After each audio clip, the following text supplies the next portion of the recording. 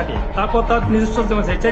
No men's ল্যান্ডে 0 পয়েন্টে আপনারা বেড়া দিতে পারবেন না। 2 তারিখ যখন বেড়া শুরু করেন তখন আমাদের বর্ডার গার্ডের মানে আপত্তিতে আপনারা যে বেড়া বন্ধ করছেন তখন ছিল 0 পয়েন্টে। আপনারা আজকে বেড়া শুরু করছেন, দীর্ঘতে কাজ চলছে, কিন্তু সেটা 0 পয়েন্ট থেকে আপনাদের সীমানায় করছেন।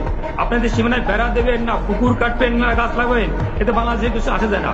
আর বাংলাদেশ নিয়ে আমি যেভাবে বললেন দুর্বল, সরিষা খেতে ট্যাঙ্ক নিয়ে একবারও বলবেন না। আপনার বয়স কত আমি জানি না, আপনি 2001 সালে আপনার বয়স কত ছিল? 2001 সালে আপনারা উস্কানি দিয়েছিলেন সীমান্তে, সেখানে পালুয়ায় 16 থেকে 19 এপ্রিল এই 4 দিন যে গন্ডগোল করছিলেন, সেখানে আপনাদের 18 জন বিএসএফ মারা গেছে, আমাদের মারা গেছিল মাত্র 3 জন।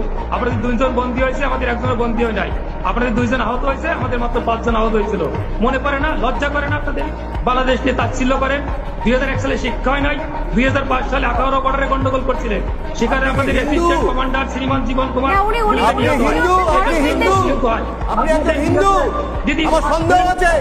আপনি নাম বাড়িয়ে বসেছেন। বাংলাদেশ নিয়ে কত বড় কি নাই? বিমল বাবু যে বললেন 2001 থেকে 2005 দেখেন